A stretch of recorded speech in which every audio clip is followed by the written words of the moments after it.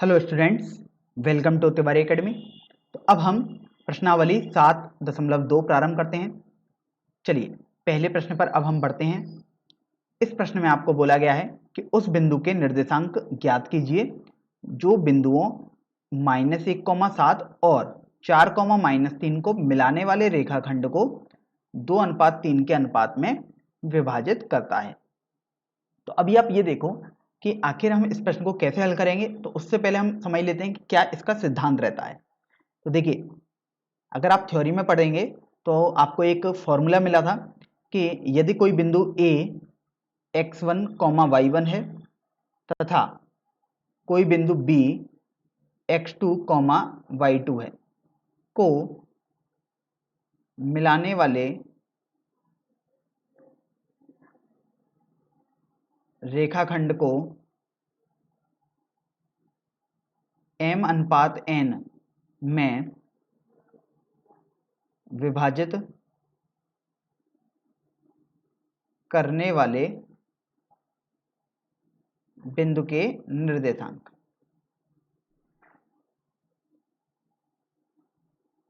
तो देखिए, ये आपके पास फॉर्मूला होता था। अब फॉर्मूला हम लिखते हैं, लेकिन उससे पहले हम थोड़ा फिगर बना के समझ लेते हैं कि आखिर ये प्रश्न क्या कहना चाहता है। तो देखिए, एक बिंदु है ए जिसके निर्देशांक हैं x1, y1 तथा दूसरा बिंदु है बी जिसके निर्देशांक हैं x2, y2। तो आपको बोला गया कि इनको मिलाने वाले, तो देखिए आपने इनको मिला दिया, एक रेखाखंड बना और इसको m/n में विभाजित करने वाले बिंदु, मान लीजिएगा मैं बिंदु P बोल देता हूं। तो देखिए m/n बोला है, तो अब यहां देखो पहले बिंदु A दिया गया था, अर्थात जो ये बिंदु P है तो ये आपको बेसिकली दिया गया है PA/PB आपके पास m/n है। क्योंकि इनकी दूरियों का अनुपात m और n है तो बेसिकली आप m यहां लिख सकते हो, n ये लिख सकते हो। तो अब आपको बोला गया है जो ये P बिंदु है उसके निर्देशांक क्या होंगे। तो यहां से देखिए, ये हमारे पास फॉर्मूला होता था, थ्योरी में भी हमने पढ़ा था।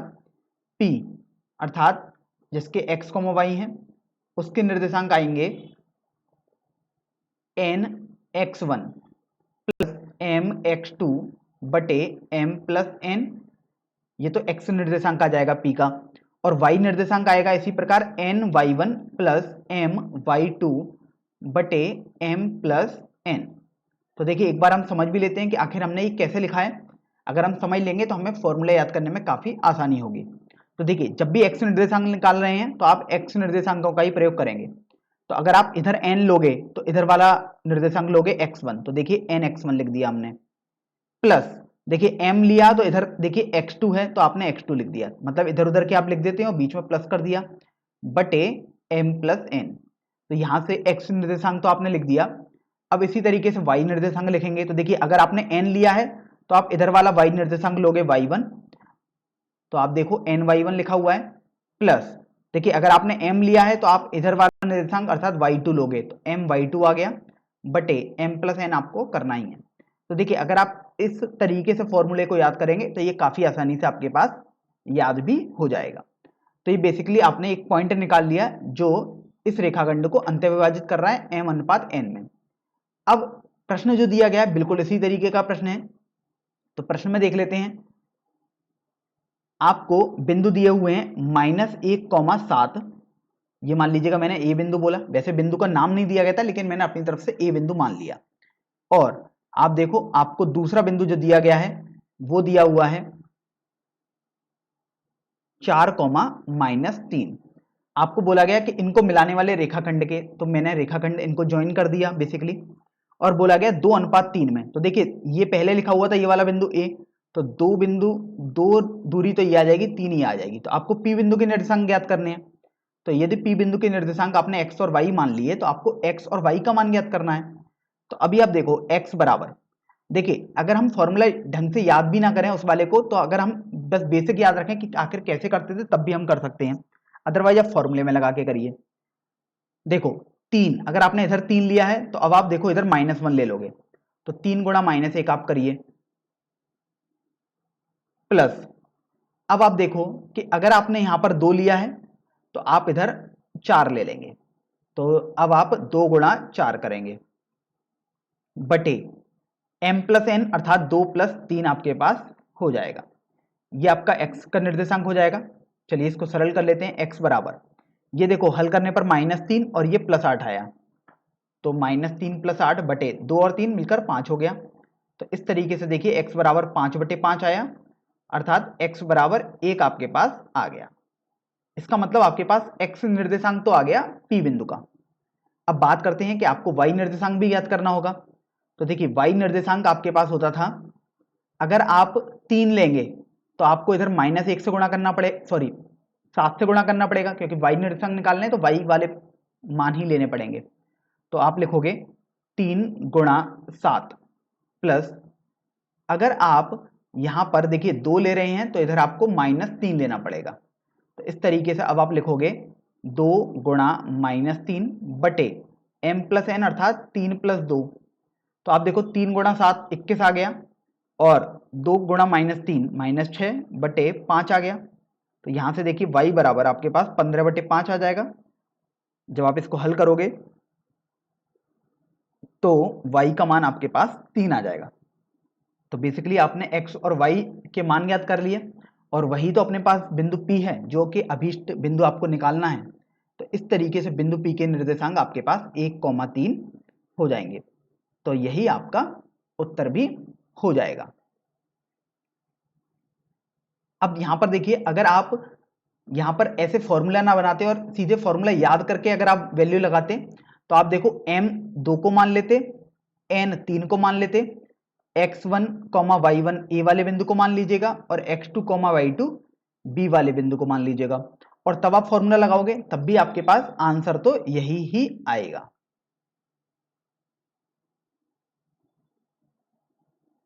अब देखिए प्रश्न संख्या 2 को पढ़ते हैं। यहां पर इस प्रश्न में आपको बोला गया है कि बिंदुओं 4, -1 और -2, -3 को जोड़ने वाले रेखाखंड को समत्रिभाजित करने वाले बिंदुओं के निर्देशांक ज्ञात कीजिए। तो अभी आप यहां पर देखो कि आपको दो बिंदु दिए हुए हैं। पहला बिंदु है 4, -1 और -2, -3। तो देखिए जैसे मान लीजिएगा मैंने इन दोनों बिंदुओं को ज्वाइन कर दिया, तो जैसे अगर मैं इस बिंदु को A मान लेता हूं जो कि 4, -1 है, और इस बिंदु को मैं B मान लेता हूं जो कि -2, -3 है। तो अभी आप ये देखिए कि आपको बोला गया है कि समत्रिभाजित करने वाले बिंदुओं के निर्देशांक आपको ज्ञात करने हैं। अब समत्रिभाजित का मतलब ये है कि अगर आप इस रेखाखंड को 3 बराबर भागों में विभाजित करें, तो देखिए आपको मिलेगा एक बिंदु तो यहां पर आ जाएगा P, और एक बिंदु Q हो जाएगा। तो बेसिकली आपको प्रश्न में P और Q के निर्देशांक ज्ञात करने को बोला गया है। तो देखिए अब आप इतना तो समझ गए कि आखिर आपको क्या निकालना है, P और Q के निर्देशांक निकालने हैं। तो अभी अगला काम जो आपका है वो ये है कि आपको ये पता करना पड़ेगा कि P A और B को किस अनुपात में विभाजित कर रहा है, और इसी तरीके से Q भी किस अनुपात में विभाजित कर रहा है। तो अभी आप ये देखो कि सबसे पहले यदि हम P निकालें, तो देखिए P वाले को हम देख लेते हैं ढंग से एक बार। तो अगर ये बिंदु A था 4, -1, तो देखिए ये मैंने पूरे प्रश्न का एक तरीके से फिगर बनाया। अब मैं केवल P बिंदु निकाल रहा हूं, तो मैं केवल P बिंदु के लिए इसको बनाऊंगा। -2, -3 था B बिंदु, और यहां पर आप देखो जो ये बिंदु P यहां पर आपको दिया हुआ है। अब यहां से आप देखो ये बराबर भाग हैं, अर्थात ये सब बराबर हो जाएंगे। तो अगर हम बात करें कि आखिर AP बटे PB कितना होगा, तो देखिए AP बटे PB को हमें देखना है। तो AP क्या होगा अपने पास, AP हो जाएगा AB बटे 3, क्योंकि वो 3 बराबर भागों में बांटा है, तो AP तो सबसे छोटा भाग है, तो AB बटे 3 हो गया। और जो PB आएगा वो आ जाएगा 2AB बटे 3। इसका मतलब ये हो जाएगा, ये 1:2 में आ गया, अर्थात जो P वाला बिंदु है वो A तथा B को 1:2 में विभाजित करेगा। तो अब देखिए आपको ये भी पता लग गया कि आखिर किस अनुपात में विभाजित कर रहा है। तो अभी आप फॉर्मूले के आधार पर इसका मान आसानी से निकाल सकते हैं। जैसे ये देखिए, अगर हम फॉर्मूला लगाएंगे तो P के निर्देशांक यदि आप x1, y1 मान लेते हैं, तो बेसिकली आपको x1 का मान और y1 का मान निकालना होगा। तो आप देखो x1 का मान क्या आएगा अपने पास, उसको समझ लेते हैं। 2 × 4, तो देखिए आप लिख देते हैं 2 × 4 प्लस, अब यहां से आप देखो 1 गुणा -2, तो आप 1 गुणा -2 भी लिख दीजिएगा।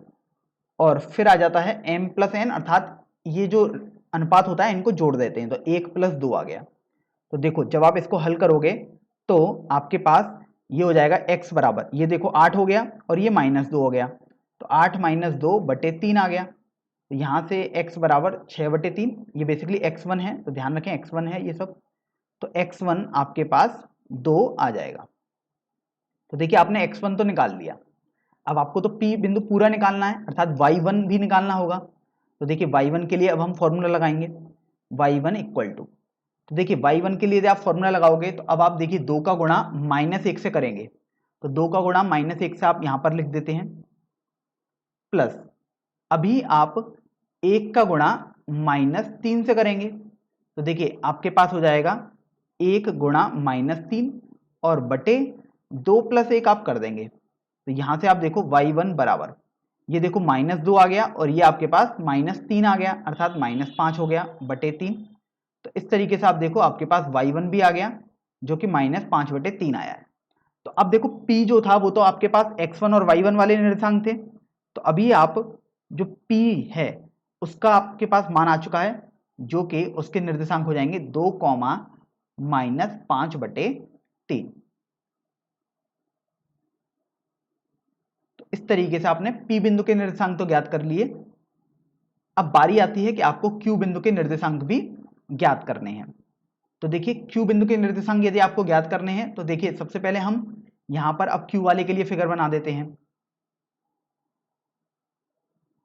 तो यहां पर देखो ये आपके पास a और b बिंदु हो जाएंगे। अब यहां से आप देखो a बिंदु आपके पास था 4, -1 और b था -2, -3। 4, -1 और b बिंदु -2, -3। और अभी आपको q बिंदु निकालना है और q बिंदु यहां पर था। तो यदि आप यहां से देखेंगे जो सबसे मेन फिगर था उससे q देखेंगे तो aq/qb वो बिल्कुल उल्टा हो जाएगा, अर्थात अब ये आपको 2:1 में विभाजित करेगा। तो देखिए आपने यहां पर भी फिगर तो बना दिया, अब आपको फॉर्मूला लगाना है विभाजन का। तो देखिए अगर आप विभाजन का फॉर्मूला आप लगाएंगे तो अब हम यदि q के निर्देशांक x2, y2 मान लेते हैं तो आपको x2 तथा y2 के मान निकालने होंगे। तो देखिए x2 सबसे पहले हम फॉर्मूला लिखते हैं, तो ये हो जाएगा 1 का गुणा 4 से, तो आप लिख देते हैं 1 गुणा 4 प्लस अभी आप देखिए 2 का गुणा आप -2 से करोगे तो आप उसको लिख देंगे 2 गुणा -2 बटे इन दोनों को आप जोड़ देते हैं जो अनुपात होता है, तो 2 और 1 को आपने जोड़ दिया, 2 + 1 आ गया। तो इस तरीके से आप देखो x2 बराबर, ये देखो 4 आ गया, ये देखो -4 आया बटे 3। तो यहां से देखो x2 बराबर ये 4 - 4 तो 0 हो गया, तो 0/3 आया, अर्थात आपके पास x2 का मान 0 हो जाएगा। अब देखिए आपने x2 निकाल लिया, अब बात आती है कि आपको x3 निकालना है। तो यहां से देखिए सॉरी x3 नहीं y2 निकालना है। तो आप ये देखो y2 इक्वल टू, आप अब 1 का गुणा -1 से करेंगे, 1 गुणा -1 आपने लिख दिया, प्लस 2 का गुणा -3 से करेंगे बटे 2 + 1 आ गया। तो यहां से आप देखो ये -1 आ गया और ये -5 आ गया बटे 3 आ गया। तो यहां से y2 बराबर -6/3 आ जाएगा, अर्थात आपके पास y2 बराबर -2 हो जाएगा। तो इस तरीके से आपने x2 तथा y2 भी निकाल लिए, अर्थात जो q बिंदु था उसके निर्देशांक भी आपने निकाल लिए, वो आपके पास आ गए 0, -2। तो आपसे देखो यही बिंदु के निर्देशांक निकालने को बोला गया था p और q के, क्योंकि यही दोनों बिंदु समत्रिभाजित कर रहे थे रेखाखंड AB को। इस तरीके से आपने देखो q बिंदु यहां पर निकाल दिया और p बिंदु आप यहां पर निकाल चुके हैं।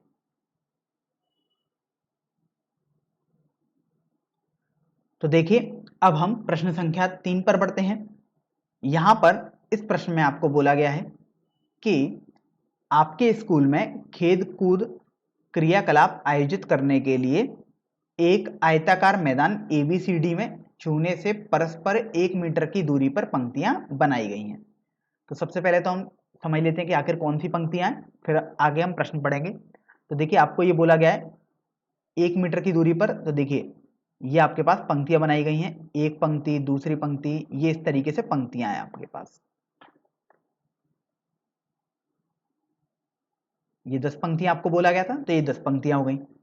फिर आपको बोला गया कि एडी के अनुदेश परस्पर 1 मीटर की दूरी पर 100 गमले रखे गए हैं। तो आप ये देखो एडी आपके पास ये वाली दूरी हो गई है, और इसके अनुदेश आप देखो ये आपके पास 100 गमले रखे हुए हैं कुछ।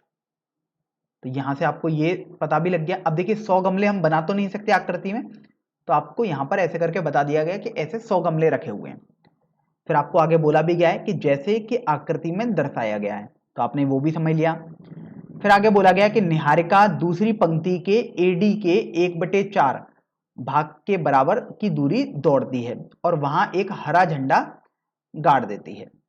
तो अभी आप ये देखो कि निहारिका आपको बोला गया है दूसरी पंक्ति में, तो दूसरी पंक्ति तो आपके पास ये है, अर्थात ये आपके पास जो छात्रा खड़ी हुई है वो है निहारिका। अब यहां से आपको बोला गया निहारिका जो है वो एडी के 1/4 भाग के बराबर दूरी दौड़ती है।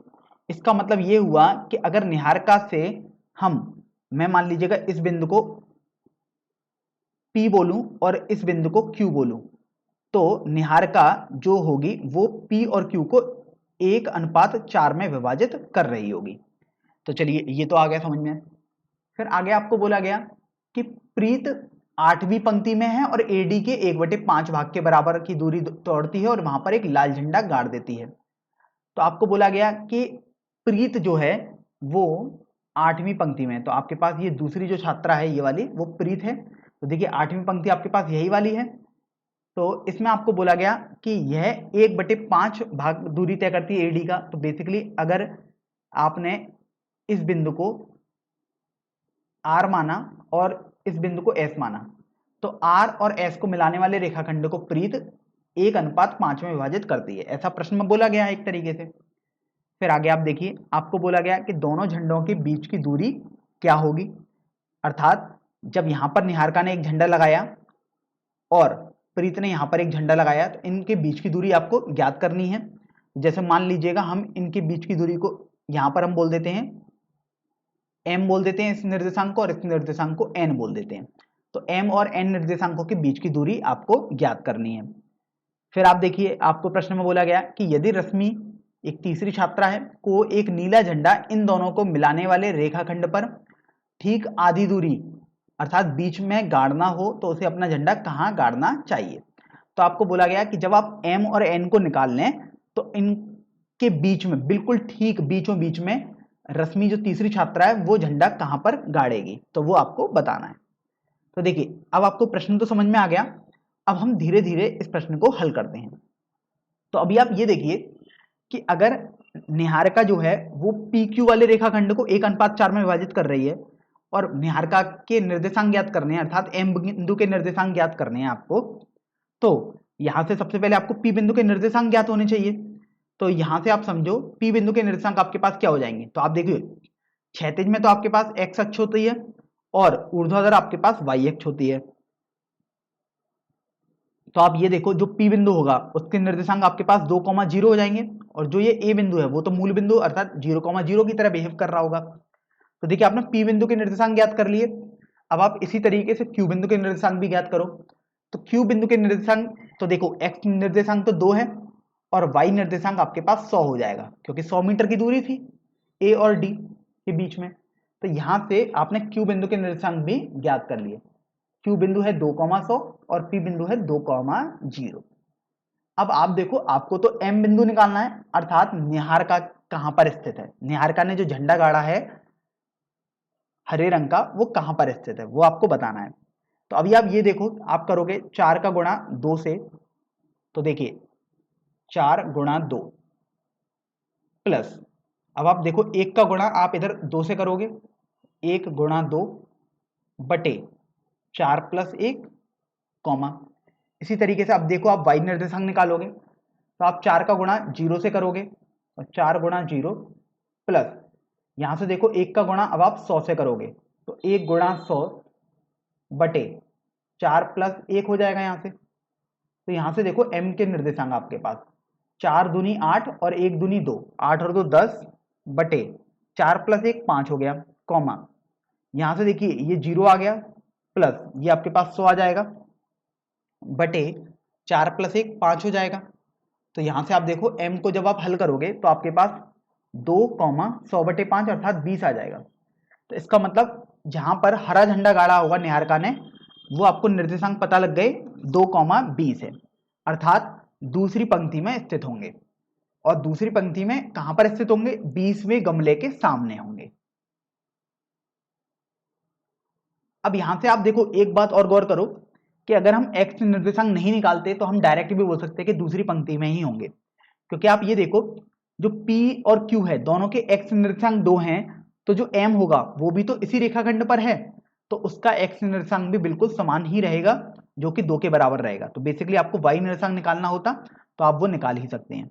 अगर आपने फॉर्मूले से देखा तब भी आपने देखा कि वो x निर्देशांक तो आपके पास 2 ही आएगा। तो आपने देखी निहारिका ने जहां हरा झंडा गाड़ा था वो निर्देशांक निकाल दिए। अब आपको प्रीत ने जहां लाल झंडा गाड़ा है उसके निर्देशांक ज्ञात करने हैं। तो अभी आप ये देखो कि जो r है उसके निर्देशांक आप ज्ञात करो। तो r देखो 8वीं पंक्ति है अर्थात x 8 हो गया और y 0 अर्थात 8,0 हो गए आपके पास r के निर्देशांक। अब बात आती है कि आपको s के निर्देशांक भी लिखने हैं। तो s आपके पास हो जाएगा 8,100, क्योंकि 8वीं पंक्ति में था अर्थात x तो आपके पास 8 हो गया, और चूंकि d बिंदु पर था अर्थात AD के बीच में दूरी 100 थी, इसलिए y निर्देशांक 100 हो जाएगा। तो अभी आप देखो n के निर्देशांक आप निकालोगे तो देखो 1 का गुणा अब आप 8 से करोगे, प्लस 5 का गुणा अब आप 8 से करो।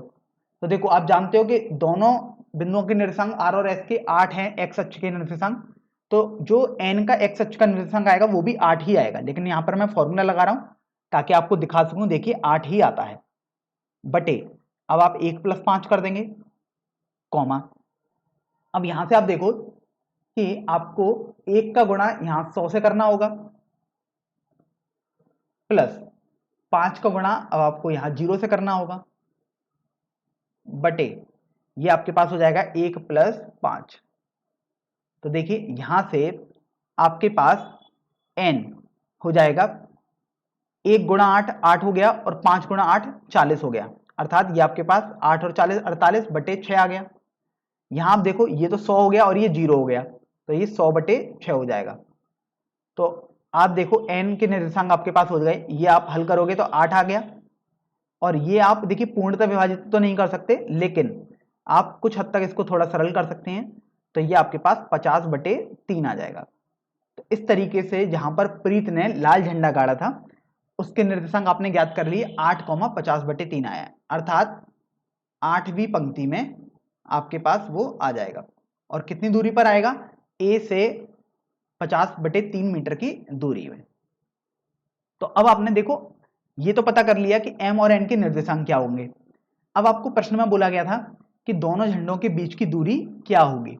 तो देखिए दोनों झंडों के बीच की दूरी आपके पास m और n के बीच की दूरी के बराबर ही होगी। तो यहां से देखिए हम लिख देते हैं दोनों झंडों के बीच की दूरी बराबर m तथा n के बीच की दूरी, क्योंकि आपने m और n को ही तो झंडे माने हैं। तो m और n के बीच की दूरी आपको निकालनी है। तो देखिए फॉर्मूला आप वही लगाएंगे, दो बिंदुओं के बीच की दूरी जब दोनों के निर्देशांक दिए हों, जैसा हमने प्रथम प्रश्नावली में किया था। तो आप देखो आपके पास आ जाएगा 2 माइनस 8 का होल स्क्वायर, प्लस यहां से देखिए 20 माइनस 50 बटे 3 का होल स्क्वायर बराबर। अब ये देखो इसको आप हल करोगे तो 2 माइनस 8 अर्थात माइनस 6 का होल स्क्वायर करोगे तो 36 आएगा, प्लस ये देखो हल करने पर लासापा लोगे तो 60 माइनस 50 अर्थात 10 बटे 3 का होल स्क्वायर बनेगा। तो ये आप देखो आपके पास हो जाएगा बराबर अंडर रूट में 36 प्लस 100 बटे 9। तो देखिए आपके पास 36 प्लस 100 बटे 9 आया। अब आपको इसको थोड़ा सरल करना होगा। तो देखिए अगर आप इसको थोड़ा सरल करेंगे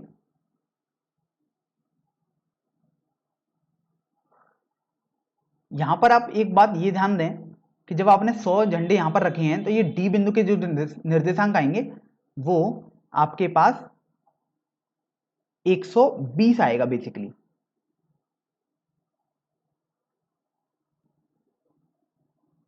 तो यहां से AD के 1/4 भाग के बराबर आपको बोला गया था। अर्थात यदि आप निर्देशांक निकालोगे, मतलब अनुपात निकालोगे, तो ये आपके पास 1:3 आएगा। तो अगर आप 1:3 करेंगे तो यहां से देखिए 3 × 2 हो जाएगा, तो ये 3 + 1 आ जाएगा। जहां जहां 4 है वहां वहां आप 3 कर दीजिएगा, और इसी तरीके से ये 5 के बजाय 4 हो जाएगा। देखो ये आपके पास आ गया 8/4, अर्थात 2 ही रहेगा, और ये आपके पास 100/4 आ जाएगा, अर्थात 25 आ जाएगा आपके पास। इस बात का आप ध्यान रखें। इसी तरीके से जहां 5 था आप वहां पर 4 कर देंगे यहां पर,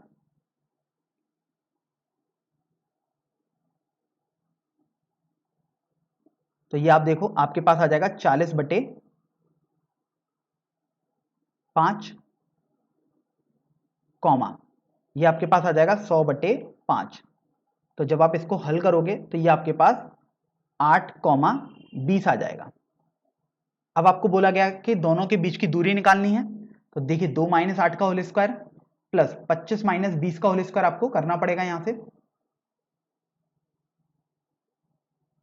तो 25 - 20 का होल स्क्वायर आपने कर दिया, तो देखिए 25 - 20 अर्थात 5 का होल स्क्वायर, तो ये 25 आ गया।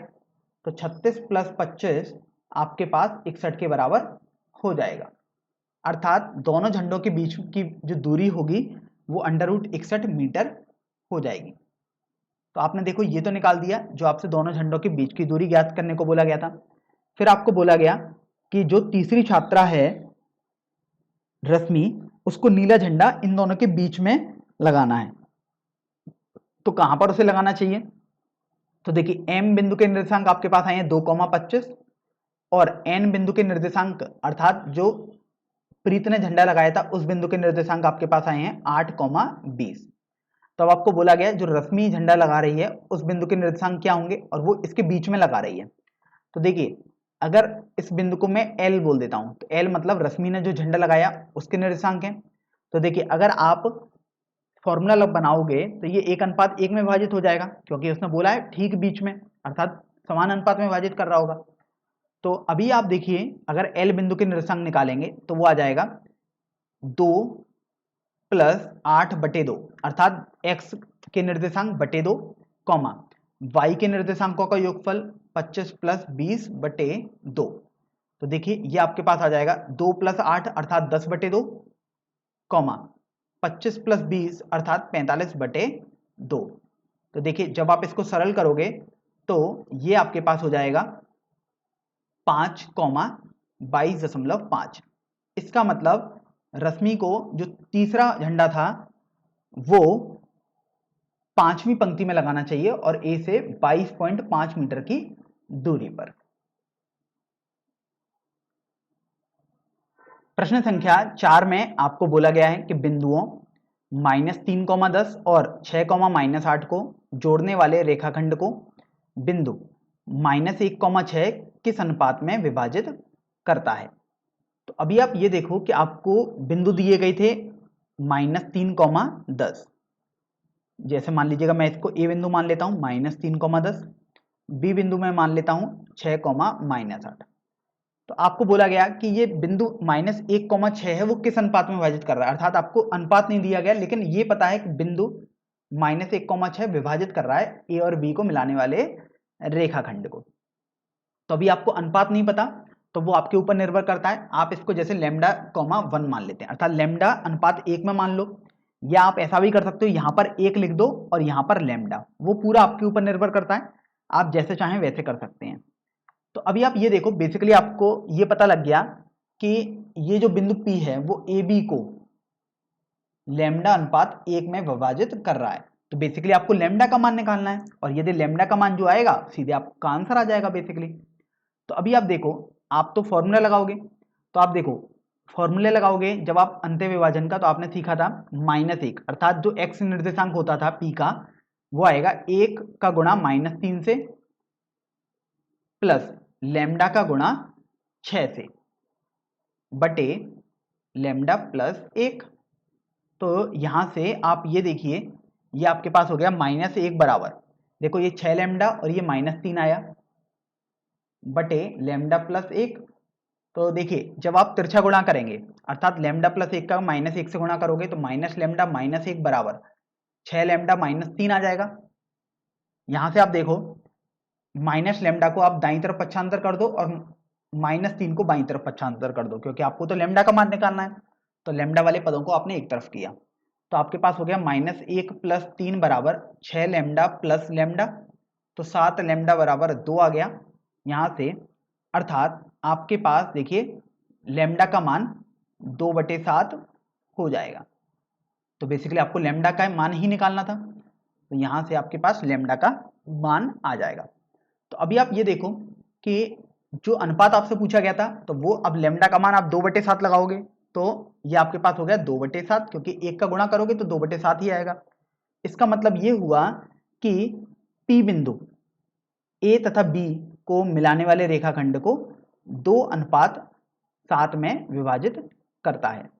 तो आपसे यही पूछा गया था कि किस अनुपात में विभाजित कर रहा है, तो आप बोल सकते हैं 2:7 में अंत्य विभाजित करता है। अब यहां पर देखिए अंत्य शब्द हमने प्रयोग किया है, उसका मतलब समझ लेते हैं। तो देखिए दो तरीके के आपके पास विभाजन होते हैं, एक होता है अंत्य विभाजन और एक होता है बाह्य विभाजन। अंत्य विभाजन तब होता है जब आपके पास ये जो आपके जैसे 2/7 आया धनात्मक आ रहा है, इसलिए आप अंत्य विभाजन बोलेंगे। अगर मान लीजिएगा ये मान ऋणात्मक आता है किसी केस में तो आप बोलते बाह्य विभाजन करेगा। ये तो आपको चिन्ह के हिसाब से मालूम पड़ गया। अब यहां से आप ये समझो कि आखिर जब फिगर बनाएंगे तो उसमें क्या अंतर है। तो देखिए आप देख रहे हैं जो P बिंदु है वो A और B के बीच में आ रहा है, इसका मतलब अंत्य विभाजन है। कभी कभी क्या होगा कि P बिंदु होगा वो A और B के बीच में ना होकर या तो B के दाईं तरफ होगा या A के बाईं तरफ होगा, तो आप उसको बोलते हैं बाह्य विभाजन। तो इस तरीके से आपको यह भी पता लग गया कि अंत्य विभाजन और बाह्य विभाजन क्या होता है।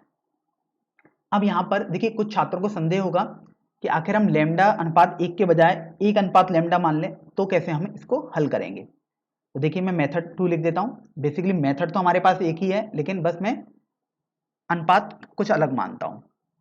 तो यहां से देखो सबसे पहले आपको जो ए बिंदु था वो दिया हुआ था -3,10 और बी बिंदु था आपके पास 6,-8। तो आपको बोला गया कि पी बिंदु जो है वो -1,6, तो वो अनुपात आप बताओ। तो अगर आप लेमडा अनुपात 1 नहीं मानते तो आप 1 अनुपात लेमडा मान लीजिएगा, लेकिन कोशिश करें m और n ना माने, क्योंकि m और n अगर आप मानोगे तो आपको m और n दोनों के मान ज्ञात करने पड़ेंगे। और यहाँ पर अगर हमने 1 और लेमडा मान लिया तो आपको केवल एक मान ज्ञात करना है लेमडा का, तो ये आपके पास थोड़ा सरल बनेगा। तो अभी आपको ये समझ में आ गया कि पी ए बटे पी बी 1/लेमडा हो गया, अर्थात पी ए और बी को मिलाने वाले रेखाखंड को 1 अनुपात लेमडा में विभाजित करेगा। तो आप देखो चाहे x निर्देशांक ले लो चाहे y निर्देशांक ले लो, दोनों से मान समान आएगा। मैं देखो यहाँ पर समझा भी देता हूं। अगर आप देखिए p का x निर्देशांक ले लें तो -1 बराबर देखो लेमडा का गुणा अब आप -3 से करोगे तो -3 लेमडा, और 1 का गुणा आप 6 से करोगे तो ये +6 बटे 1 प्लस लेमडा। तो यहां से आप देखो यदि आप तिरछा गुणा करोगे तो आपके पास आ जाएगा -1 माइनस लेमडा बराबर -3 लेमडा प्लस 6। तो देखो इसको इधर भेज दो और इसको दाईं तरफ भेज दो, तो ये 3 लेमडा माइनस लेमडा बराबर 1 प्लस 6, अर्थात 2 लेमडा बराबर 7 हो गया। तो लेमडा का मान 7/2 आपके पास आ जाएगा। तो देखिए लेमडा का मान 7/2 आया है आपके पास। यहां से इसका मतलब ये हुआ कि पी ए बटे पी बी 1/7/2, तो जब आप हल करोगे तो 2/7 ही आ जाएगा। तो आप देखो जब हमने पहले मेथड से निकाला था उसमें भी हमने आपको 2/7 ही निकाला था, और यहाँ पर भी आपके पास 2/7 ही आया, अर्थात P जो होगा वो A और B को 2:7 में विभाजित कर देगा। अब चूंकि आप देखो प्लस चिन्ह आ रहा है अर्थात आप बोलोगे अंत्य विभाजित करेगा। तो देखिए आपने ये तो कर दिया। अगर आप देखिए y वाले निर्देशांकों को हल करते हैं तो क्या आता उसको भी हम समझ लेते हैं। तो देखिए y का निर्देशांक है 6 बराबर, देखिए लेमडा का गुणा अब आप 10 से करोगे तो 10 लेमडा, और 1 का गुणा अब आप -8 से करोगे तो ये -8 बटे 1 प्लस लेमडा। तो देखिए आप तिरछा गुणा करेंगे अब तो यह आ जाएगा 6 + 6 लेमडा बराबर 10 लेमडा -8। तो देखो आप 6 लेमडा को दाईं तरफ पक्षांतर कर दो और -8 को बाईं तरफ, तो 6 + 8 बराबर 10 लैम्डा माइनस 6 लैम्डा, 4 लैम्डा बराबर 14 आ गया, लैम्डा बराबर आपके पास 7/2 ही आ जाएगा। तो आप ध्यान रखें कि आप किसी भी तरीके से निकालेंगे, चाहे x निर्देशांकों को आप बराबर करो, चाहे y निर्देशांक में आप फॉर्मूला लगाओ, आंसर हमेशा आपके पास सेम ही आएगा, अर्थात लैम्डा का मान सेम ही आएगा दोनों से। तो ये आपके पास दूसरा मेथड भी हो गया है। तो यहां पर आप देखो, आप प्रश्न संख्या 5 में आपको बोला गया है कि वह अनुपात ज्ञात कीजिए जिसमें बिंदुओं a 1,-5 और b -4,5 को मिलाने वाला रेखाखंड x अक्ष से विभाजित होता है, और आपको बोला गया है इस विभाजन बिंदु के निर्देशांक भी ज्ञात कीजिए। तो देखिए, प्रश्न में आपको बोला गया है कि अगर आप a और b बिंदु को मिला लें, अर्थात जैसे a बिंदु मान लीजिएगा 1,-5 मैंने यहां लिख दिया, और b बिंदु यहां पर लिख दिया -4,5। तो आपको बोला गया कि जब आप a और b बिंदु को मिला रहे हैं रेखाखंड को, तो वो x अक्ष से विभाजित हो रहा है। इसका मतलब वो x अक्ष को कहीं ना कहीं विभाजित कर रहा है, अर्थात कहीं ना कहीं कट तो कर रहा है। तो मान लीजिएगा p बिंदु है जहां पर वो x अक्ष को कट कर रहा है। अब बात आती है कि x अक्ष को कट कर रहा है, तो आपको निर्देशांक तो पता होने चाहिए, क्योंकि आपको अनुपात बोला गया है। क्योंकि अगर आपको p बिंदु का निर्देशांक ही नहीं पता होगा कोई भी, तो आप नहीं निकाल सकते अनुपात क्या होगा। तो उसके लिए आपको कोई ना कोई निर्देशांक तो पता होना चाहिए। तो यहां पर यदि आप गौर करें तो आप पा रहे हैं, आपको बोला गया x अक्ष से विभाजित हो रहा है, अर्थात x अक्ष बीच में कहीं ना कहीं आएगा, और आप जानते हो x अक्ष आने का मतलब ये हुआ कि उसका y निर्देशांक 0 हो जाएगा। तो देखिए आपके पास ये फिक्स हो गया कि 0 हो गया। अब आप देखिए आसानी से निकाल सकते हैं। तो यदि मान लीजिएगा ये लैम्डा अनुपात 1 में विभाजित कर रहा है, तो माना PA/PB आपने λ/1 मान लिया, तो बेसिकली आपको लैम्डा का मान निकालना है। तो अभी आप देखिए आसानी से निकाल सकते हैं, और वो कैसे, अंत्य विभाजन का फॉर्मूला आप लगाओगे। तो देखिए अब आपको चूंकि y वाला निर्देशांक बताए, तो आप यही वाला फॉर्मूला लगाओगे, 0 बराबर, देखिए 1 का गुणा अब आप y वाले से करेंगे, क्योंकि ये y निर्देशांक था 0, तो 1 का गुणा आपने -5 से किया तो -5 प्लस, देखिए लैम्डा का गुणा आप 5 से कर रहे हैं, तो ये 5 लैम्डा आ गया, बटे आपके पास ये लैम्डा प्लस 1 आ जाएगा। अब यहां से देखो, यदि आप तिरछा गुणा करोगे, तो अब आप लैम्डा प्लस 1 जो हर में है उसका गुणा 0 से करोगे, तो बेसिकली वो 0 ही आएगा, बराबर ये -5 प्लस 5 लैम्डा हो गया। तो यहां से आप देखो 5 लैम्डा बराबर 5 आ जाएगा, अर्थात लैम्डा बराबर 1 आपके पास आ जाएगा। इसका तात्पर्य ये हुआ कि जो PA/PB है वो लैम्डा का मान रखने पर 1/1 आ गया, अर्थात आप बोल सकते हैं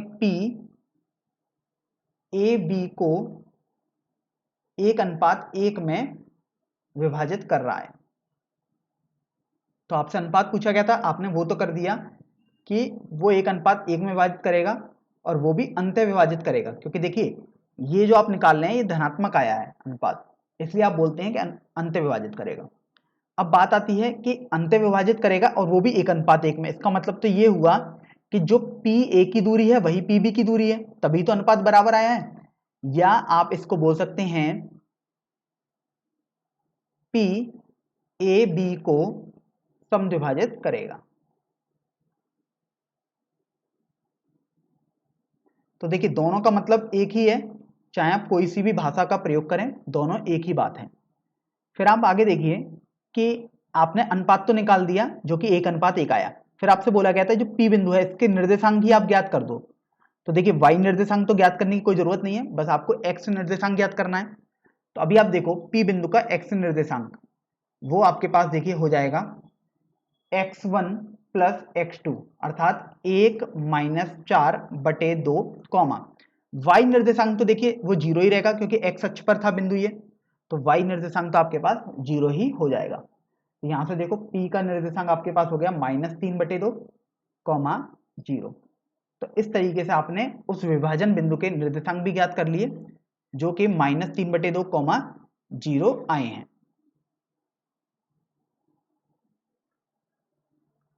तो अब देखिए हम प्रश्न संख्या 6 पर बढ़ते हैं। यहां इस प्रश्न में आपको बोला गया है कि यदि बिंदु 1,2, 4,y, x,6 और 3,5 इसी क्रम में लेने पर एक समांतर चतुर्भुज के शीर्ष हों तो x और y ज्ञात कीजिए। तो देखिए, सबसे पहले तो अगर आप एक समांतर चतुर्भुज बनाएं तो वो आपके पास कुछ ऐसा बन जाएगा, क्योंकि आप जानते हैं कि समांतर चतुर्भुज की विपरीत भुजाएं बराबर होती हैं और समांतर भी होती हैं एक दूसरे के। जैसे अगर आप इसको ए बी सी डी नाम दे देते हैं, तो अभी अगर आप इस समांतर चतुर्भुज का नाम पढ़ेंगे तो ए बी सी डी बोलेंगे या सी डी बी ए बोलेंगे, सी डी ए बी बोलेंगे या बी सी डी ए बोलेंगे। मतलब आप एक क्रम में चलते हैं। अगर आप देखिए ए से स्टार्ट करते हैं तो फिर बी सी डी बोलिए, या फिर ए से स्टार्ट करने के बाद डी सी बी बोलिए। मतलब जहां से भी आप स्टार्ट करेंगे एक क्रम में ही बोलेंगे।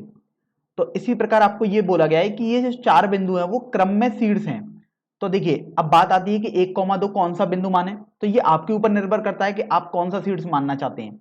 जैसे कुछ छात्रों को संदेह होगा कि ए 1,2 लेने पर तो हो जाएगा मान लीजिएगा, तो मैं यहां पर आपके संदेह को दूर करने के लिए इसको दोनों तरीके से एक बार हल करके दिखा दूंगा। जैसे मैं एक बिंदु को ए को 1,2 मान लेता हूं, बी 4,y हो जाएगा और सी x,6 हो जाएगा और डी 3,5 हो जाएगा। तो अभी आपको देखो समझ में आ गया होगा कि आपने क्रम से लिखी है ए बी सी डी। अब यहां पर आपको बोला गया है कि ये इनके शीर्ष हैं तो आपको x और y ज्ञात करना है। तो अभी आप देखिए, आपने कक्षा 9 में समांतर चतुर्भुज की एक विशेषता सीखी थी कि समांतर चतुर्भुज के जो विकर्ण होंगे, मैं यहां पर लिख देता हूं, समांतर चतुर्भुज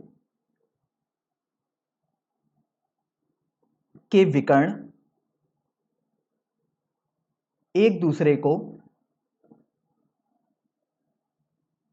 परस्पर समद्विभाजित करते हैं। तो देखिए, आपने ये विशेषता सीखी थी कक्षा 9 में। अब इसका मतलब है समद्विभाजित करने का मतलब कि अगर विकर्ण ए सी का अगर हम मध्य बिंदु निकालें और बी डी का मध्य बिंदु निकालें तो वो बिंदु सेम ही आएगा। तो जो ये जैसे मान लीजिएगा ओ बिंदु आया, तो ओ बिंदु ए सी का मध्य बिंदु भी होगा और बी डी का मध्य बिंदु भी होगा। तो अभी आप देखो कि ओ बिंदु के निर्देशांक आप निकाल सकते हो ए और सी के मध्य बिंदु के निर्देशांक के हिसाब से। तो देखो 1 + x/2 कॉमा 2 + 6/2, ये अभी आपने ए व सी का मध्य बिंदु निकाल दिया। तो अभी आपने जब ये निकाल दिया तो ये आपके पास हल करने पर आ जाएगा x + 1/2 कॉमा, देखिए 6 और 2 8 होते हैं तो 8/2 आपके पास 4 आ गया। अब इसी तरीके से आप b और d से जो विकर्ण बनना है बी डी, उसका मध्य बिंदु निकालोगे। तो b व d का मध्य बिंदु, तो वो आप यदि निकालोगे तो वो आपके पास आ जाएगा, देखिए 3 + 4/2 कॉमा, अब यहां से देखो y वाले निर्देशांक निकालोगे तो 5 + y/2। तो देखिए, जब आप इसको सरल करोगे तो ये देखो 3 और 4 तो 7 हो गया, तो ये 7/2 और ये आपके पास 5 + y/2 आ गया। अब आपने देखा कि ये दोनों तो बराबर होने चाहिए, इसलिए x + 1/2 कॉमा 4 ये बराबर होने चाहिए। इसलिए देखिए यहां पर मैंने 3 बराबर के चिन्ह लगाए हैं। 3 बराबर के चिन्ह का मतलब है कि ये बिल्कुल ही बराबर है, तो जिसको इक्विवेलेंट भी बोलते हैं अंग्रेजी में। तो ये 7/2 कॉमा 5 + y/2 हो गया। इसका मतलब ये हुआ कि जो संगत अवयव हैं वो बराबर होंगे, तो x + 1/2 7/2 के बराबर आएगा, तो आप लिख दीजिएगा। और यदि आप द्वितीय अवयव देखोगे तो 4 आपके पास 5 + y/2 के बराबर आ जाएगा। तो बस अब आपको केवल इनको हल करना है और x और y का मान ज्ञात करना है। तो यहां से आप देखो ये आपके पास आ गया x + 1 बराबर 2 × 7/2, क्योंकि आपने इस 2 को भेज दिया दाईं तरफ तो ये गुणा हो गया। तो देखिए 2 से 2 कैंसिल हो गया और आपके पास x + 1 बराबर 7 बचा और यहां से x का मान आपके पास 6 आ जाएगा। अब इसी तरीके से आपको तो y का मान निकालने को भी बोला गया था, तो आप देखो जब आप 2 को पक्षांतर करेंगे तो ये गुणा में बदल जाएगा बाईं तरफ जाने पर, ये 5 प्लस वाई आ गया, तो 8 बराबर 5 प्लस वाई आया, तो y बराबर 8 माइनस 5 अर्थात 3 आ जाएगा। तो इस तरीके से आपने देखा कि आपको x और y के मान पूछे गए थे और वो आपने निकाल भी दिए। x का मान 6 आएगा और y का मान 3 आएगा। तो ये तो आपके पास रहा बेसिकली पहला मेथड। अब जैसे मैंने आपको दूसरे मेथड में ऐसे करके बोला था कि हम आपको समझाएंगे कि अगर आप 1,2 जो पहला बिंदु है उसको a ना मानकर कोई और बिंदु मान लें, तो देखिए अभी समांतर चतुर्भुज मैंने एक रफ आइडिया आपको बता दिया कि ऐसा होगा, दोनों भुजाएं जो विपरीत होंगी वो बराबर होती हैं तथा समांतर भी होती हैं।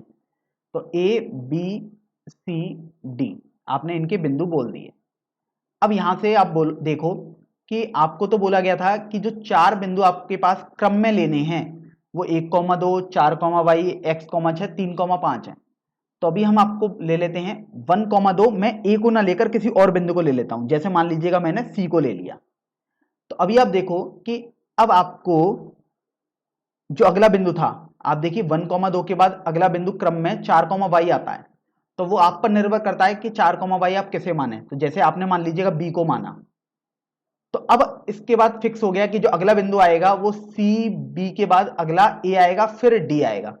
तो देखिए जो तीसरा बिंदु था x 6 वो a हो जाएगा और d 3,5 हो जाएगा। तो इस तरीके से x 6 हो गया a और d आपके पास हो गया 3,5। तो अभी आप देखिए यहां पर भी वही प्रॉपर्टी लगाएंगे कि a और c का मध्य बिंदु और b और d का मध्य बिंदु दोनों बराबर ही आएंगे। तो देखो b व d का मध्य बिंदु आप निकालिए। तो देखिए वो आपके पास आ गया 4 प्लस 3/2 5 प्लस y बटे 2। तो ये हल करने पर आपके पास आ गया 7/2 5 प्लस y बटे 2। इसी तरीके से अब देखो आपने b व d का मध्य बिंदु निकाल लिया, तो आप दूसरा वाला विकर्ण अर्थात a व c का मध्य बिंदु भी निकालेंगे। तो वो आपके पास देखिए आ जाएगा x प्लस 1/2 6 प्लस 2/2। तो ये देखो आपके पास हो जाएगा हल करने पर x प्लस 1/2। देखो ये 6 और 2 8 हो गया, तो 8/2 4 आ गया। तो अभी चूंकि ये दोनों तो बराबर होने चाहिए, तो आप देखिए आप लिख देंगे x वाले अवयव बराबर करोगे तो 7/2 बराबर x प्लस 1/2। तो यहां से आप देखिए 2 से 2 कैंसिल हो गया, x प्लस 1 बराबर 7 आया, तो x का मान आपके पास 6 आ जाएगा। तो यहां से आपने x तो निकाल दिया। अभी आप y का मान निकालेंगे, तो देखिए दूसरे वाले अवयव बराबर कर दोगे तो 5 प्लस y बटे 2 4 के बराबर आप करोगे, तो आपने वो लिख दिया। यहां से आप देखो कि 5 प्लस वाई बराबर 2 गुणा 4 आ जाएगा मतलब 8, तो y का मान आपके पास 3 आ जाएगा। तो आपने देखो यहां से भी देख लिया कि चाहे आप जो बिंदु a से स्टार्ट करें या c से स्टार्ट करें या b से या d से, किसी से भी स्टार्ट करें, आंसर आपके पास सेम ही आएगा। जैसे मेथड 1 में भी हमारे पास x का मान 6 आया था और y का मान 3 ही आया था। अब देखिए प्रश्न संख्या 7 में आपको बोला गया है कि बिंदु A के निर्देशांक ज्ञात कीजिए जहां AB एक वृत्त का व्यास है जिसका केंद्र आपको दिया हुआ है 2, -3 और बिंदु B के निर्देशांक 1, 4 दिए हुए हैं। तो अभी आप देखो आपको वृत्त के बारे में बात की गई है, तो यहां पर हम इसको समझने के लिए सबसे पहले एक वृत्त बना लेते हैं।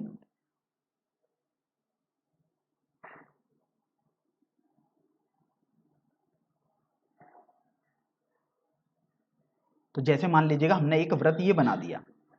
अब यहां से आपको बोला गया है कि इस वृत्त का केंद्र जो है वो 2, -3 है। तो ये आपके पास 2, -3 हो गया इस वृत्त का केंद्र। फिर आपको बोला गया कि इस वृत्त का व्यास आपके पास ए बी है। तो देखिए अब वृत्त के व्यास के बारे में आपको बोला गया है ए बी, तो आप वृत्त का व्यास कोई सा भी बना सकते हैं। जैसे मान लीजिएगा मैंने ये बना दिया वृत्त का व्यास। तो देखिए कोई भी अगर वृत्त का व्यास होगा तो वो होगा तो इसके केंद्र से ही गुजरेगा। तो जैसे मान लीजिएगा अगर मैं उसके केंद्र को O बोल देता हूं, तो ये देखिए A और B ये बिंदु वृत्त के व्यास के बिंदु आ गए। तो आप ऐसा नहीं है कि बिल्कुल ऐसा वाला ही व्यास लेंगे, और भी आप मान सकते थे, वो आपके ऊपर निर्भर करता है। फिर आपने देखा कि आपको बोला गया बिंदु A के निर्देशांक आपको ज्ञात करने हैं। तो जिसके निर्देशांक आपको ज्ञात करने हैं आप उसको x, y मान लीजिएगा। और फिर आप देखिए आपको बिंदु बी के निर्देशांक दिए हुए हैं 1,4। अब यहां से आप देखिए एक बात समझिए, आप जानते हैं कि ओ ए बराबर ओ बी ये बराबर होते हैं और इसको हम वृत्त की त्रिज्या भी बोलते हैं। और जहां पर ए बी आपके पास होता है वृत्त का व्यास। और देखिए आप जानते हैं कि ए बी बराबर 2 गुणा ओ ए लिख सकते हो आप, या 2 गुणा ओ बी लिख सकते हो। इसका मतलब ये हुआ कि ओ ए का मान यदि आप निकालोगे यहां से तो ए बी बटे 2 आ गया, और ओ बी का मान निकालोगे वो भी आपके पास ए बी बटे 2 आएगा। अर्थात ओ ए और ओ बी ये तो बराबर ही आएंगे। और वैसे भी आप देखो इतना मैंने किया और वैसे भी आपको समझ में आ रहा था कि ये तो त्रिज्याएं हैं तो बराबर ही होंगी। इसका मतलब यदि मैं आपसे कुछ ऐसे बोलूं कि जो ओ बिंदु है वो ए और बी को मिलाने वाले रेखाखंड को समान अनुपात में विभाजित करता है, तो इसका मतलब ये हुआ समान अनुपात में विभाजित करने का मतलब ओ ए बटे ओ बी। अब चूंकि ये मान बराबर है तो ये 1:1 आ गया। तो आपको ये पता लग गया कि ओ ए और बी को मिलाने वाले रेखाखंड को 1:1 में विभाजित करता है। तो अभी आप देखो आपको ये समझ में आ गया 1:1, अर्थात इसका मतलब ये हुआ कि ओ ए और बी का मध्य बिंदु है। तो यहां से देखो ओ के निर्देशांक 2,-3 ये बराबर हो जाएंगे ए व बी के मध्य बिंदु के। तो ये तो देखो आपने ओ के निर्देशांक लिख दिए। अब ए व बी का मध्य बिंदु का निर्देशांक अगर आप फॉर्मूले से लिखोगे तो आएगा x प्लस 1/2 और y निर्देशांक आ जाएगा y प्लस 4/2। तो वो आपने यहां से लिख दिया। अब केवल आप इनको बराबर करेंगे और आपके पास मान आ जाएंगे। देखिए 2 यहां से आपके पास बराबर हो जाएगा x प्लस 1/2 के। तो यहां से आप देखो x प्लस 1 बराबर ये आपके पास 2 गुणा 2 अर्थात x प्लस 1 बराबर 4 आ जाएगा, और x का मान 4 माइनस 1 अर्थात 3 आ जाएगा। तो यहां से देखो आपने x का मान तो निकाल दिया। अब यहां से आप देखो दूसरे वाले अवयव अर्थात y निर्देशांकों को बराबर करेंगे, क्योंकि एक्चुअल में बराबर है। तो कोई भी निर्देशांक यदि दूसरे निर्देशांक के बराबर है इसका मतलब ये हुआ कि दोनों जो x और y के मान है वो बराबर होते हैं आपस में। तो -3 बराबर आप लिख दोगे y प्लस 4/2। तो यहां से आप देखो y प्लस 4 बराबर देखिए 2 का गुणा आप -3 में करोगे तो -6 आ गया। तो y बराबर -6 -4 हो जाएगा, क्योंकि आपने 4 को दाईं तरफ पक्षांतर कर दिया है। तो इस तरीके से आपके पास y का मान -10 हो जाएगा। तो आपने x का मान भी निकाल दिया और आपने y का मान भी निकाल दिया। अब आप देखो कि आपको तो बोला गया था कि आपको बिंदु a के निर्देशांक चाहिए। तो बिंदु a के निर्देशांक आपने x, y माने थे, और जो कि अब आपके पास देखिए 3, -10 के बराबर हो जाएंगे। तो इस तरीके से ये आपका उत्तर आ जाएगा।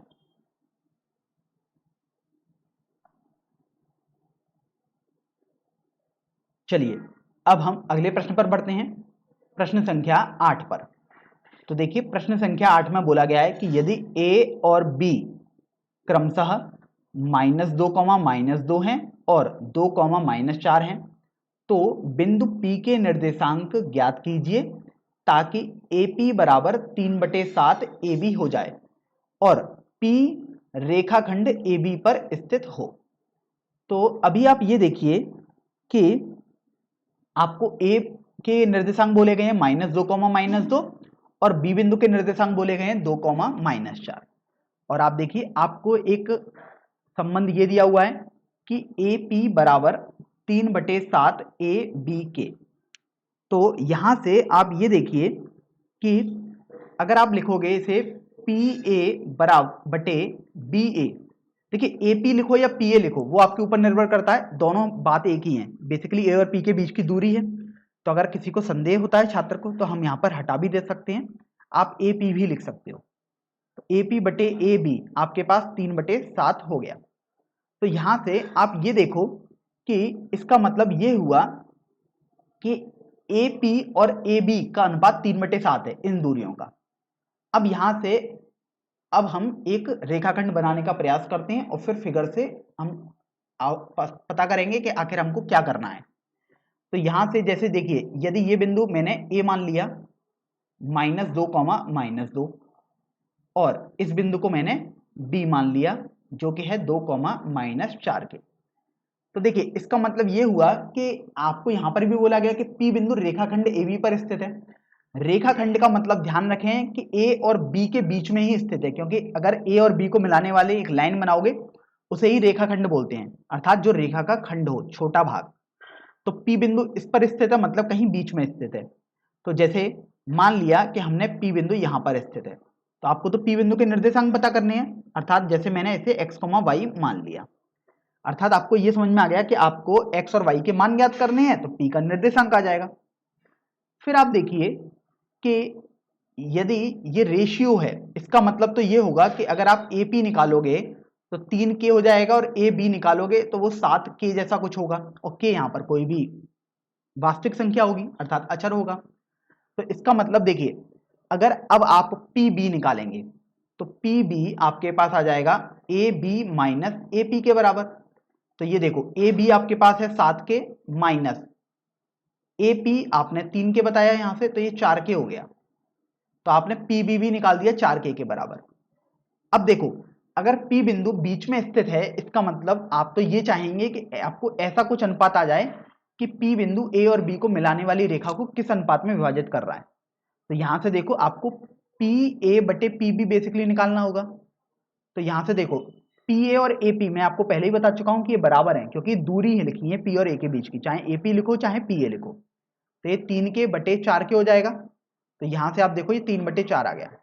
इसका मतलब ये हुआ कि जो P वाला बिंदु है वो A और B को मिलाने वाले रेखाखंड को 3:4 में विभाजित करता है। तो अब बस आपके पास सब कुछ आ चुका है, केवल आपको x और y निकालने हैं। तो आप अंत्य विभाजन का फॉर्मूला यहां पर लगा देंगे।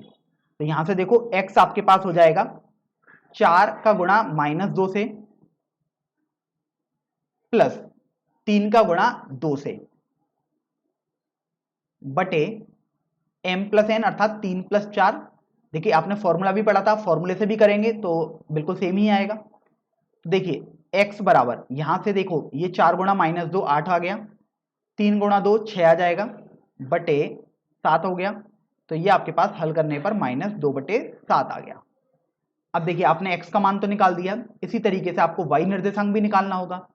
तो देखिए, y निर्देशांक बराबर 4 का गुणा, अब आप देखो इसके y निर्देशांक अर्थात -2 से करोगे, और 3 का गुणा इसके y निर्देशांक अर्थात -4 से करोगे। तो यहां से ये आपने लिख दिया, और बटे 3 प्लस 4 तो आपके पास चलेगा ही चलेगा। तो अभी आप ये देखो, जब आप इसको सरल करोगे तो y बराबर 4 गुणा -2 -8 आ गया, 3 गुणा -4 -12 आ जाएगा, बटे 3 प्लस 4 7 होता है। तो इस तरीके से y का मान आपके पास -20 बटे 7 हो जाएगा। तो अब देखो, आपको तो p का मान निकालना था, अर्थात आपको x और y निकालने थे, और वो आपके पास x और y बिंदु आ चुके हैं। इसलिए जो p बिंदु होगा वो आपके पास हो जाएगा -2 बटे 7 कॉमा -20 बटे 7। इस तरीके से आपने बिंदु p के निर्देशांक ज्ञात कर लिए हैं।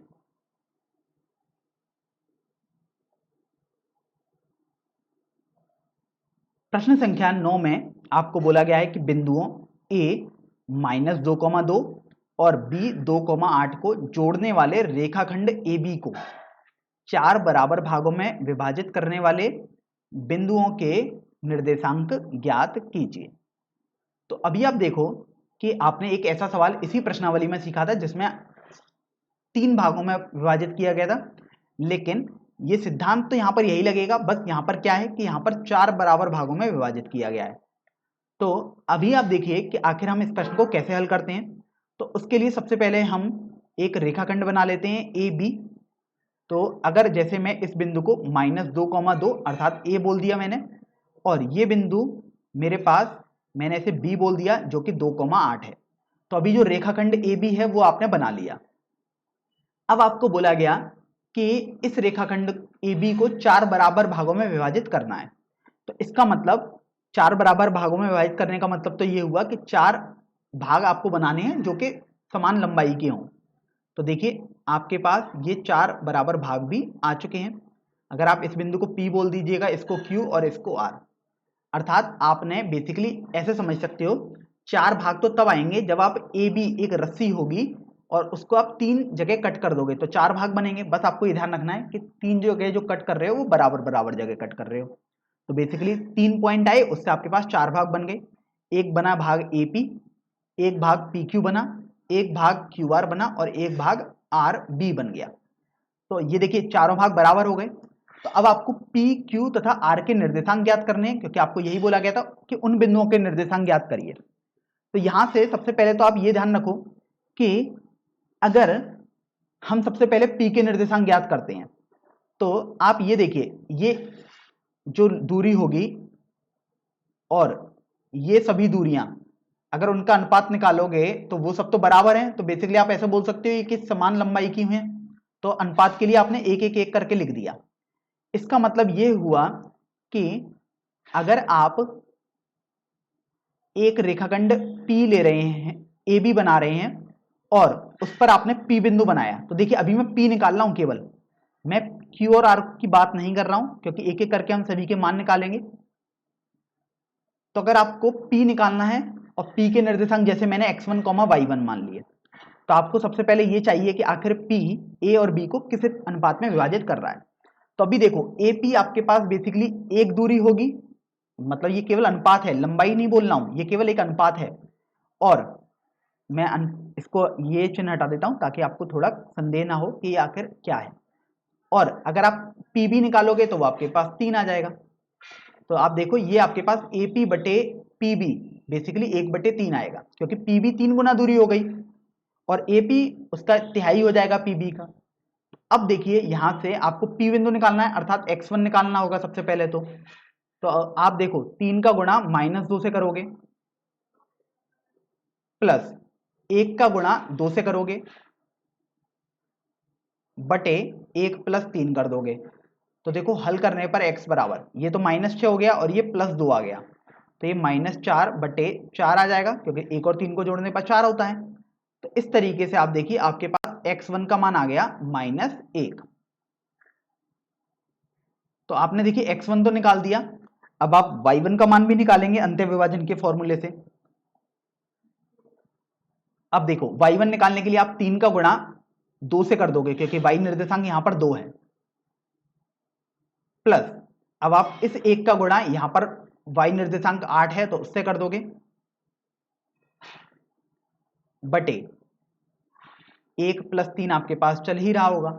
तो यहां से देखो ये 3 गुणा 2 6 हो गया और 1 गुणा 8 8 हो गया, तो 6 और 8 आपके पास 14 आ गया। तो यहां से आप देखिए y1 आपके पास आ गया 14 बटे, देखो 1 और 3 4 हो गया। तो यहां से जब आप इसको सरल करोगे तो y1 का मान आपके पास, देखो 2 से अगर विभाजित करोगे तो ये 7, सॉरी ये आपके पास 7 नहीं 2 आएगा और यहां पर आपके पास 7 आ जाएगा। तो y1 का मान 7/2 आ जाएगा। इस तरीके से आपने y1 निकाल दिया। और जो P1 था वो x1, y1 आपने निर्देशांक माने थे, अर्थात अब आपको समझ में आ गया कि P बिंदु के निर्देशांक आपके पास हो जाएंगे -1, 7/2। तो इस तरीके से आपने बिंदु P के निर्देशांक तो ज्ञात कर लिए। अब देखिए अब बारी आती है कि आपको बिंदु Q के निर्देशांक ज्ञात करने हैं। तो अभी आप ये देखो कि हम यदि AB वाले रेखाखंड को पहले बना दें, यहां पर जहां पर ये बिंदु A था और उसके निर्देशांक थे -2, 2 और बिंदु B के निर्देशांक थे 2, 8। तो अभी देखो Q बिंदु निकालना है, तो केवल मैं Q बिंदु बना रहा हूं, Q यहां पर था आप देख सकते हो। तो आप ये देखो कि जो AQ/QB होगा वो कितना होगा, तो आपको यहां से समझ में आएगा कि AQ/QB आपके पास 1/1 आ जाएगा, क्योंकि देखो लंबाई तो समान ही होगी। तो AQ/QB 1:1 आ गया, अर्थात इसका मतलब ये हुआ कि Q AB को 1:1 में विभाजित कर रहा है, अर्थात AQ और QB की लंबाइयां बराबर है। या आप बोल सकते हो कि Q वाला जो निर्देशांक होंगे वो A और B के मध्य बिंदु के निर्देशांक हो जाएंगे। तो देखिए अगर आप फॉर्मूला भी लगाओगे तब भी वो वैसा ही फॉर्मूला आता है, वो आ जाएगा -2 + 2/2। तो देखो हल करने पर x2 ये आ गया, देखो 0/2। तो यहां से आपके पास x2 आ जाएगा 0, अर्थात आपने Q वाले बिंदु का x निर्देशांक तो ज्ञात कर लिया जो कि 0 के बराबर आया है।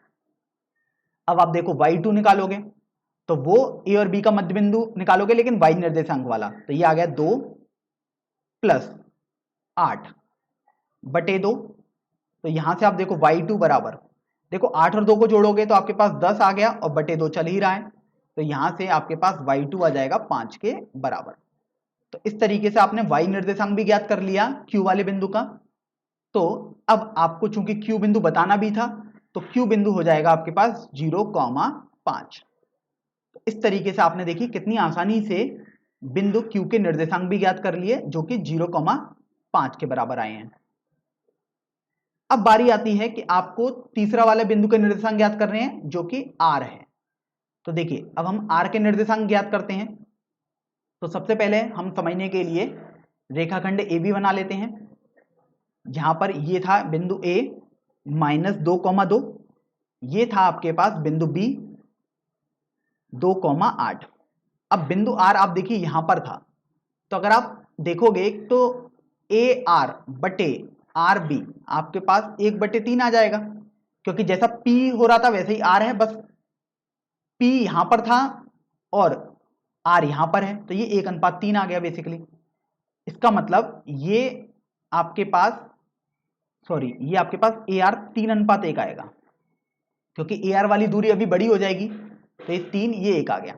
अगर आपको R के निर्देशांक ज्ञात करने हैं तो आपने R के निर्देशांक x3, y3 मान लिए, तो बेसिकली आपको x3 और y3 निकाल देना है तो R के निर्देशांक आ जाएंगे। तो देखिए x3, अब आप अंत्यविभाजन का फॉर्मूला लगाओगे तो 1 का गुणा अब आप -2 से करो, तो 1 गुणा -2 आपने लिख दिया, प्लस 3 का गुणा अब आप 2 से करो तो ये आपने 3 गुणा 2 लिख दिया, बटे 3 + 1 हो गया। तो यहां से देखो x3 बराबर 1 का -2 से गुणा किया तो -2, प्लस 3 का 2 से गुणा किया तो 6/4 हो जाएगा। तो यहां से देखो x3 बराबर, देखो 6 में से यदि -2 करोगे अर्थात 6 में से 2 घटा रहे हो आप, तो ये 4/4 आ गया, अर्थात x3 का मान आपके पास 1 आ जाएगा। तो आपने x3 तो निकाल दिया, अब बारी आती है y3 निकालने की। तो y3 निकालने के लिए आप दोबारा अंत्यविभाजन का फॉर्मूला लगाओगे, तो 1 का गुणा अब आप देखिए y निर्देशांक से करोगे तो 2 आ गया, प्लस इस 3 का गुणा अब आप देखिए 8 से करेंगे तो 3 गुणा 8 कर दिया आपने, बटे 3 + 1 तो चलेगा ही, बराबर ये देखिए y3 बराबर 1 का गुणा 2 से प्लस 3 का गुणा 8 से, तो देखो ये तो 2 आ गया और ये 3 गुणा 8 24 आ गया, तो 2 + 24/4 आ गया। तो यहां से देखो y3 बराबर आपके पास 26/4 आ गया। तो देखो 2 से अगर सिंपल करोगे तो ये 13/2 आ जाएगा बेसिकली। तो यहां से आपने y3 निकाल लिया जो कि 13/2 आया है। तो अब आपने देखो x3 और y3 दोनों निकाल लिए। अब चूंकि आपको तो बिंदु R के निर्देशांक लिखने हैं अर्थात ये एक कोष्टक में लिखने होंगे, तो ये आपके पास हो जाएगा 1,13/2। तो इस तरीके से आपने देखा कि आपने बिंदु R के निर्देशांक भी ज्ञात कर लिए हैं। तो यहां पर देखो सबसे पहले आपने P बिंदु के निर्देशांक ज्ञात करे हैं जो कि आपके पास -1,7/2 आए हैं। फिर आपने देखिए बिंदु Q के निर्देशांक ज्ञात करे 0,5 आए हैं, और फिर आपने बिंदु R के निर्देशांक ज्ञात किए हैं जो कि 1,13/2 आए हैं। तो अब हम प्रश्नावली 7.2 का सबसे अंतिम प्रश्न अर्थात प्रश्न संख्या 10 हल करेंगे। चलिए इस प्रश्न को अब हम पढ़ लेते हैं। यहां पर आपको बोला गया है कि एक समचतुर्भुज का क्षेत्रफल ज्ञात कीजिए जिसके शीर्ष इसी क्रम में आपको बोले गए हैं 3,0, 4,5, -1,4 और -2, -1 हैं। तो अभी आप देखो कि आपको एक समचतुर्भुज के 4 शीर्ष दिए हुए हैं। तो देखिए सबसे पहले हम एक समचतुर्भुज बना लेते हैं। तो देखिए जैसे हमने एक समचतुर्भुज ये बना दिया, अब आप देखिए कोई सा भी बिंदु कोई सा भी मान सकते हैं। तो जैसे मैंने इसको A मान लिया, इसको B मान लिया, इसको C मान लिया और इसको D मान लिया। तो अभी आप देखिए आपके पास जो समचतुर्भुज आ चुका है वो ABCD आ गया है। अब देखिए यहां पर कुछ छात्र इसको बोलेंगे कि क्या हम इसे DABC बोल सकते हैं, तो हाँ आप DABC बोल सकते हैं। आप इसे देखिए CDAB भी बोल सकते हैं, आप इसे BADC भी बोल सकते हैं, आप BCDA भी बोल सकते हैं, और भी बहुत सारे नामों से बोल सकते हैं। लेकिन अब बात आएगी कि कैसे, तो देखो ध्यान रखो, नाम जब भी बोलते हैं तो एक कोई सा भी पहले शीर्ष ले लो और फिर आप एक क्रम में चलो। तो जैसे अगर आप बी के बाद ए ले रहे हो, फिर डी लोगे, फिर सी लोगे, तो बी ए डी सी आप बोल सकते हो। अगर आपने बी के बाद सी लिया है तो फिर बी सी डी फिर ए लोगे, तो बी सी डी ए बोलोगे। अगर आप देखिए जैसे ए से स्टार्ट कर रहे हो तो ए के बाद अगर आपने डी लिया है तो सी लोगे फिर बी लोगे, तो ए डी सी बी बोलोगे। अगर आपने ए के बाद बी लिया है तो फिर सी लोगे फिर डी बोलोगे, तो ए बी सी डी बोलोगे। तो बेसिकली आप ऐसे बहुत तरीके से बोल सकते हो, लेकिन ध्यान रखें, कोशिश ये करें कि जब भी ए बी सी डी दिए जाएं तो सबसे पहला जो आप शीर्ष लेंगे वो अंग्रेजी वर्णमाला के अक्षरों के हिसाब से लेंगे। तो आप देख रहे हो कि सबसे पहले ए आ रहा है, तो फिर आप ए लीजिएगा पहले। तो अभी आपको इतना तो समझ में आ गया कि समचतुर्भुज चाहे से ए बी सी डी बोलो चाहे डी ए बी सी, सब कुछ सेम ही है, कुछ भी आप बोल समझते हैं। तो आपको इस चतुर्भुज का क्षेत्रफल निकालना है। अब बारी आती है कि आपको यहां पर देखिए 4 शीर्ष दिए गए हैं और यहां पर आपको बोल दिया गया है कि इसी क्रम में लेने। इसी क्रम का मतलब है एक क्रम है आपके पास। देखिए अगर आपने समचतुर्भुज एबीसीडी बोला तो अगर आप देखो पहला शीर्ष 3,0 आपने ए को लिख दिया, तो आप दूसरा वाला शीर्ष 4,5 बी को लिख दीजिएगा, सी -1,4 हो जाएगा और डी -2, -1 हो जाएगा। इसका मतलब पहला वाला शीर्ष आप किसी को भी ले सकते हो, फिर उसके बाद एक क्रम में ही आप दोगे। ऐसा नहीं होगा कि जैसे अगर आपने पहला ए को दिया फिर आप सी को दे दो, ऐसा नहीं कर सकते, क्योंकि ए सी करके कोई भी एक समचतुर्भुज तो है ही नहीं। तो ए के बाद आपको बी या डी को देना पड़ेगा, फिर एक क्रम से आपको देना ही पड़ेगा। तो अभी आपने देखो ये लिख लिया। अब आप जानते हो कि आपको ध्यान रखना है कि समचतुर्भुज का क्षेत्रफल,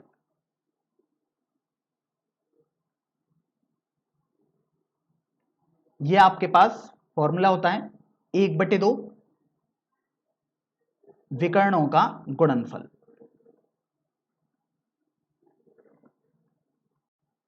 तो देखो ये आपको याद भी होना चाहिए, काफी महत्वपूर्ण सूत्र है।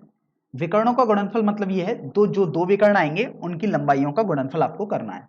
तो जैसे अगर आप इस प्रश्न में करोगे तो आप लिख सकते हो 1/2 गुणा, एक विकर्ण आपके पास ए सी आएगा और एक विकर्ण आपके पास बी डी आएगा। ए सी का मतलब है ए और सी के बीच की दूरी अर्थात ए सी वाले विकर्ण की लंबाई, और बी डी का मतलब है बी और डी के बीच की दूरी अर्थात बी डी वाले विकर्ण की लंबाई। तो बेसिकली अब आपको ए सी वाले विकर्ण की लंबाई ज्ञात करनी है। तो देखिए दो बिंदुओं के बीच की दूरी तो आप जानते ही हैं फॉर्मूले से, दूरी फॉर्मूला आप लगाओगे तो ये आ जाएगा 3 + 1 का होल स्क्वायर, क्योंकि आप देखो 3 में से -1 घटाओगे तो ये +1 हो जाएगा, तो ये 3 + 1 का होल स्क्वायर प्लस 0 - 4 का होल स्क्वायर हो गया। तो यहां से आप देखो ये आपके पास हो जाएगा 4 का होल स्क्वायर 16 और ये -4 का होल स्क्वायर ये भी 16 आएगा। तो ये आपके पास √32 आ गया। इसी तरीके से अब आप बी डी वाले विकर्ण की लंबाई निकालोगे। तो देखो वैसे आप चाहें तो इसको थोड़ा सरल भी कर सकते हो, क्योंकि √32 यदि आप इसका वर्गमूल प्रॉपर करेंगे तो ये 16 × 2 आएगा अर्थात 4 √2 आ जाएगा, क्योंकि 16 का वर्गमूल तो 4 होता है। तो आप इसे चाहें तो √32 लिखते हैं, 4 √2 हम बाद में भी सरल कर सकते थे। तो अभी आप ये देखो कि बी डी अर्थात बी और डी बिंदुओं के बीच की दूरी निकाल रहे हो, तो आपके पास आ जाएगी 4 + 2 का होल स्क्वायर प्लस 5 + 1 का होल स्क्वायर। तो देखो सरल करने पर आ गया है 4 + 2 अर्थात 6 का होल स्क्वायर 36 प्लस 5 + 1 का होल स्क्वायर अर्थात 36 ही आएगा। तो ये आपके पास √72 आ गया, और यदि इसको हल करोगे तो ये 6 √2 आ गया। तो आपने इसको भी सरल कर लिया। तो ये आंसर तो नहीं है, ये तो केवल विकर्णों की लंबाई आई है। तो अब आप देखो कि आपने दोनों विकर्णों की लंबाइयां भी ज्ञात कर ली। तो अभी आपको अगर इसका क्षेत्रफल निकालना था तो 1/2 ए सी आपके पास 4 √2 आया है गुणा ये 6 √2 आ गया। तो आप ये देखो कि आपके पास ये हो जाएगा सरल करने पर 1/2। देखिए सबसे पहले 4 और 6 का गुणा करोगे तो ये 24 आ गया, गुणा देखो √2 का गुणा √2 से कर रहे हो अर्थात मतलब ये हुआ कि √2 का वर्ग, तो √2 का वर्ग मतलब √ का चिन्ह हट जाएगा तो 2 आ जाएगा। तो 2 से 2 आप ये कैंसिल कर दोगे तो आपके पास ये 24 आ जाएगा। तो एक तरीके से ये आपका आंसर हो गया। लेकिन आप देखो यहाँ पर आपके पास मात्रक भी लिखना होगा। तो आप देखो प्रश्न में आपको केवल निर्देशांक दिए हुए हैं, कहीं भी मीटर सेंटीमीटर कुछ भी आपको और कुछ नहीं दिया है। तो अगर आपको अब मात्रक लिखना है तो आप जानते हो क्षेत्रफल के लिए आप वर्ग इकाई लिख सकते हो। तो इस तरीके से दिए गए समचतुर्भुज का क्षेत्रफल 24 वर्ग इकाई हो जाएगा।